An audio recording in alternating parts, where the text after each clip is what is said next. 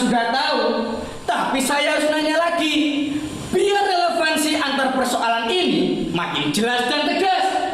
Kenapa harus bulat? Karena saya sedang menghadapi seorang murid paling bulat di kelas saya. Bahkan paling bulat di sekolah ini. Jadi, untuk menghadapimu, saya juga harus bulat. Sekarang jawab, berapa nilai ulangan yang tertera di kertas itu? 0. Nah, Pak Wakil Kepala Sekolah, Jadi dia dapat 0. iya Pak. Luar biasa. Luar biasa. Apanya Pak? Maksud saya, sekolah ini kan sekolah mentereng, keren, dan paten. Yang bisa diterima masuk sini saja anak-anak pilihan. Apalagi lulusannya. Jangan nanya, sarjana semua, pegawai tinggi semua, pejabat penting semua. Dan nilai ulangannya pun juga nilai sempurna. Nah, kalau ada yang dapat nilai 0, artinya itu tidak biasa. Berarti luar biasa. Iya, Bapak bener juga. Terang dong, saya kan wakil kepala sekolah. Saya juga lulusan sini dulunya. Tapi, tunggu dulu. Memangnya dia ini bodohnya kayak gimana sih? Kok sampai dapat 0 begini? Coba lihat ini Pak. Dari 10 soal, jawabannya salah semua. Ini Pak, soal pertama, soal matematika. Ini tentang diagram batang. Malah dia gambar game Tetris yang balok-balok itu. Terus dia tulisi, Tetris itu asik, gak kayak matematika. Oh. Terus soal kedua Pak, siapakah Hitler? Malah dia gambari mukanya Hitler, lengkap dengan kumisnya yang kejojong itu Pak. Terus soal yang lain, jawabannya juga main-main semua. Tentu saja salah semua Pak. Oh, begitu ya. Tapi yang gambar mukanya Hitler ini bagus juga ya. Lucu, kreatif. Terus Pak Guru, apa tindakannya? Saya mau menghukum dia. Bentuk hukumannya bagaimana? Masih saya pikirkan. Rencananya sih saya akan suruh dia nulis. Saya akan belajar lebih giat lagi sebanyak 500.000 kali. Kalau sudah selesai, akan saya ganti nilainya jadi 65. 500.000 kali? 500.000 kali Pak. Kok banyak? Karena kesalahannya sudah fatal. Nilai 0 itu sudah tidak bisa ditoleransi lagi. Atau dihukum begini, mengulang tes yang sama dengan batas nilai maksimal 65. Kok dikit? Harus dikit dong Pak.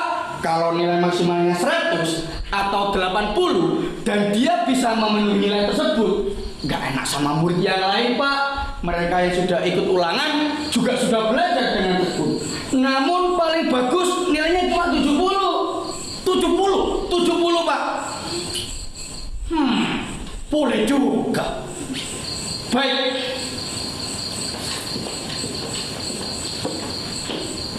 Kamu milih hukuman yang mana? Saya tidak memilih hukuman manapun dan saya menolak untuk dihukum. Ya tidak bisa. Iya, tidak bisa. Kamu harus dihukum dan kamu harus memilih hukumannya. Sebelum itu, saya ingin tahu kenapa saya harus dihukum. Karena nilai kamu 0. Terus kenapa kalau nilai saya 0? Ulangan sudah diselenggarakan, soal-soal sudah saya jawab dan sudah dinilai. Hasilnya adalah 0 karena saya menjawab semua soal dengan jawaban yang salah. Ini logis Pak, itu kebenarannya. Dan tidak ada kesalahan yang patut dihukum dalam hal ini. Saya layak dapat 0 dan saya berhak mempertahankan hasil kerja saya itu tanpa harus dianggap bahwa saya ini penjahat. Sebenarnya kejahatan yang saya lakukan sampai harus dihukum itu apa sih Pak?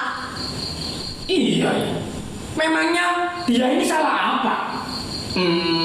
Begini Pak.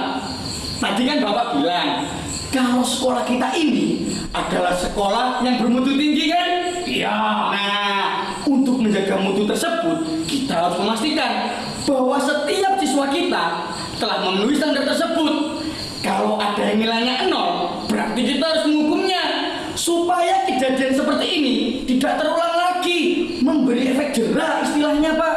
Nah, maksud saya juga begitu.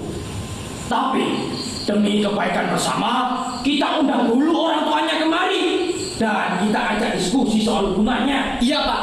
Ini juga untuk menjaga nama baik alma mater kita. Jadi sekarang biar saya jemput orang tuanya kemari ya, Pak. Iya dong. Tuh kan, saya bener lagi. Memang masalah ini memang erat kaitannya dengan persoalan ini. Harus dipikirkan. Iya, Pak. Saya berangkat dulu ya, Pak. Ya, silakan. Kamu harus dihukum. Sekarang pilih hukuman mana yang kamu mau. Enak saja. Loh, berani ngelawan kamu? Pak, saya diperlakukan tidak adil begini. Mana saya mau? Apanya yang tidak adil? Saya dihukum tanpa penyelidikan dan tanpa pengadilan. Buktinya sudah jelas. Pak, nilai 0 saya itu sumber persoalan dan bukan bukti kejahatan. Loh, kok bisa begitu? Saya sengaja menjawab salah semua soal ulangan itu. Tak mungkin. Sangat mungkin dan sudah terjadi. Kalaupun nilai nolmu itu bentuk sebuah kesengajaan, apa alasanmu melakukannya? Nah, begitu dong Pak. Kalau semua permasalahan ditelaah dan diteliti, dunia ini pasti damai jadinya. Oh iya, saya memang cinta damai. Terima kasih Pak Wakil Kepala Sekolah. Bapak memang pemimpin yang brilian. Jadi, begini ceritanya Pak. Saya sudah mempersiapkan diri selama 1 minggu penuh untuk menghadapi ulangan itu. Setiap waktu ulangan saya gunakan untuk belajar. Saya kerjakan dan lalap habis semua latihan soal. Saya betul-betul siap menghadapi ulangan. Kalau siap, kok masih dapat 0? Nah, itu dia Pak. Ketika soal sudah dibagikan, sudah saya pegang dan saya baca, ternyata soalnya berbeda dengan apa yang sudah diajarkan. Masa? Iya, masa saya bohong? Beneran ini Pak, coba Bapak lihat soalnya. Pak Guru pernah bilang bahwa soalnya itu tentang logaritma. Kok malah bilangan biner yang keluar? Ini lagi sistem pencernaan cacing.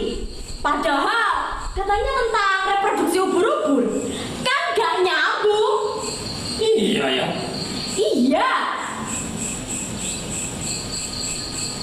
Pak Guru selalu bilang bahwa metode ulangan yang gak nyambung itu adalah cara agar murid-muridnya belajar lebih giat dan mempelajari apa saja meskipun belum pernah diajarkan. Bagus dong. Bagus bagaimana? Ini semacam pembohongan publik, Pak. Dan lagi, kasus semacam ini selalu terjadi. Makanya muridnya Pak Guru tak ada yang nilainya bagus, paling banter 70.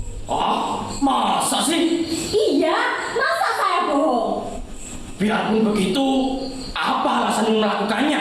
Karena saya tidak suka dibohongi. Sudah belajar susah-susah, malah gak ada gunanya yang dipelajari. Berarti protes. Katakanlah begitu. Ini bisa dibilang bentuk protes saya. Protes. Iya. Itu yang tak boleh. Kenapa? Sekolah ini tidak bertujuan mendidik generasi muda yang suka protes. Kenapa? Protes itu timbul karena ketidakpuasan terhadap kondisi. Kalau generasi muda suka protes, suka tidak puas dengan keadaan, maka stabilitas nasional bisa terganggu. Tapi Pak, generasi yang dibesarkan dengan kebohongan juga akan jadi pembohong nantinya. Tidak jujur, minimal pada diri sendiri. Lihat aja sekarang, kalau UNAS, bocoran soal dan jawaban beredar di mana-mana dan penggunanya pun hanya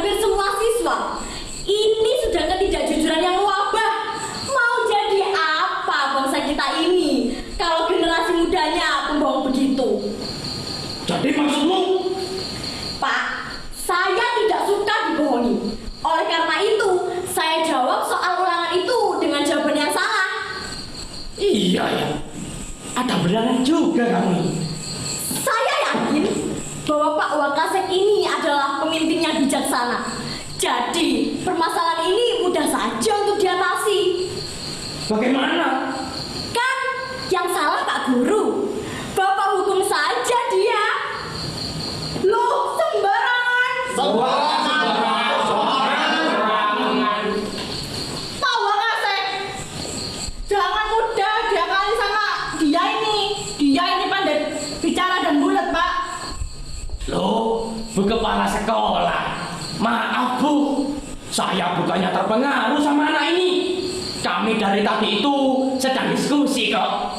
Ini sesuai dengan tujuan pendidikan kita, yaitu membangun karakter generasi muda Indonesia. Dari tadi saya dengarkan, kok kayaknya Pak Wakasek ini mudah dipengaruhi sama anak ingusan ini. Dia itu berbahaya, Pak. Dari dulu dia memang suka cari masalah. Masalah apa, Bu? Kamu kan yang nulis lembaran gelap yang mempertanyakan dana sekolah itu. Kamu kan yang mengajak teman-temanku demo untuk menentang rencana saya mengundang grup musik bertaraf nasional untuk acara pensi sekolah itu. Dan kamu kan yang suka nulis-nulis ketidakpuasanmu atas kebijakan sekolah dan kamu upload di Facebook. Mana buktinya? Karena sekarang tidak ada buktinya itulah. Sekarang ini kamu tidak akan saya lepaskan. Kalau kamu masih bandel, hukumanmu akan semakin berat. Berani karena benar. Kebenaran itu tidak relevan dalam pembicaraan ini. Karena kebenaranmu subjektif. Lalu, apakah kalau saya dianggap bersalah, anggapan tersebut bukan subjektif? Ini demi kepentingan banyak orang. Kamu harus dihukum agar jadi pelajaran bagi siswa yang lain. Saya tidak takut. Boleh saja kamu bilang begitu. Tapi lihat saja nanti, kalau orang tuamu sudah datang, kamu pasti akan menyesali perbuatanmu. Astagfirullah. Dok, ada apa tuh ini? Pak Guru cari masalah lagi ya? Hah? Coba ceritain sama Mama. Tuh siapa? Mereka orang tuanya, Bu. Ntar lagi. Ceritain jangan aja. Kamu loh, Mbak Yu. Loh, sampean toh. Siapa ini? Ini Dik Wagu, sepupuku, Pak. Dulu itu dia diasuh sama ibuku. Dari kecil dia ikut keluargaku. Sudah seperti saudara sendirilah. Dan sekolahnya juga dulu dibiayai loh sama ibuku. Lah, sampai kerja di sini toh? Iya, Mbak Yu. Aku kepala sekolah sini. Walah, hebat ya kamu sekarang. Begitu, kok enak bilang dari dulu. Loh, ini anaknya Mbak Yu. Iya, bikin bingung saja. Tadi kita dijemput sama Pak Guru ini. Aku sama ayahnya langsung kemari. Katanya kok ada masalah. Memangnya ada masalah apa toh? Apa dia berantem? Nyolong? Atau bolos? Nggak ada apa-apa kok Mbak Yu. Masalah apa? Pasti ada salah informasi ini. Lah, tadi kata Pak Guru ini tadi ada urusan yang mendadak begitu. Ada-ada saja. Begini loh, ini ada beasiswa yang baru kami terima kabarnya. Dan sifatnya memang mendesak begitu. Karena besok berkas-berkas calon penerima beasiswa itu harus sudah dikirim. Terus hubungannya dengan anak saya apa? Ya, Natas itu kan kandidat terbaik calon penerima beasiswa itu. Selama ini dia kan termasuk salah satu siswa yang berprestasi dan nilai-nilainya juga baik semua. Jadi, nggak enak ngomong di sini. Kita ke kantorku saja ya. Ayo Mbak Yu, ayo. Aku sudah kangen banget sama sampean. Pengen cerita. Pak Wakasek, tolong Natas ini dibantu mempersiapkan berkas-berkas untuk beasiswa itu. Administrasi. Ya, untuk beasiswa itu. Untuk nilai nol itu, Nilai nol apa? Nggak ada siswa kita yang nilainya di bawah 80. Dan jangan salah lagi, masa nggak tahu kalau Nates ini keponakan saya?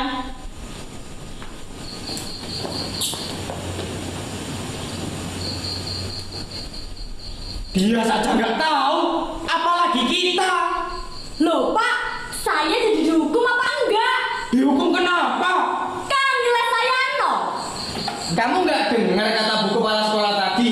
Nggak ada murid sini yang nilainya di bawah 80. Pak Guru, sudah makan siang. Kita ke kantin yuk. Saya lapar nih. Ya sudah, ayo Pak. Tuh, ayo.